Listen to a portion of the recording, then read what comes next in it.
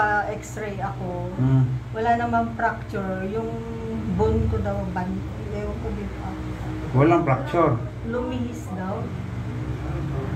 Kung lumihis yan, matanda ka na, paano natin patulogin? Ilang taong ka na? 69. Paano natin patulogin yan kung lumihis? Sabi nung ano, Disbalance. Ang tawag niyan, disbalance. Hindi naman daw fracture, lumihis lang daw konti. Disbalance ang tawag niyan, kailangan patulogin. Ganon. Oo, kasi dislocate. Nag-ano rin ako doon sa SM sa North. Yung binatunog na? Binatunog naman. Wala, hindi pa rin. Okay na, nabalik ng buto. Pero masakit pa rin. Ugat. Ugat ang natira. Nasa Saudi pa ako, tinitingnan ko 5 mil. din sa Saudi. Tinitingnan ko sila eh. 5 mil ang singilan yan eh. Inquire ko yan, 5 mil. Mag-shoot ka na eh. Mayroon kang shoot. Malulot ko doon Saudi, mga nursing ko. Master, last na itong ilot. Bakit? Alis na si Mrs. eh. 79 or 69. Wala kang tune. Kung cheese, 3 real. Ay, gano'n. Oo.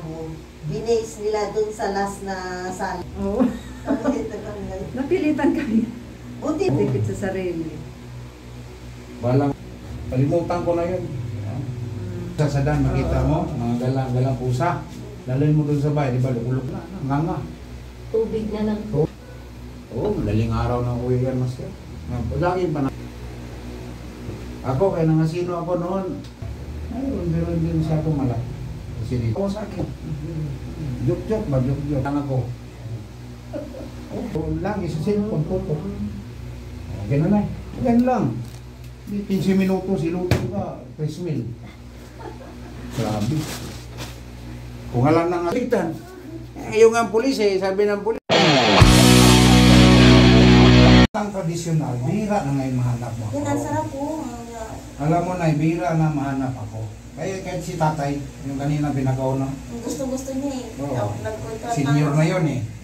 Sabi niya, matagal ka nanapin na siya, mga ganyan sa'yo. Patay ng kadalasan. Alay.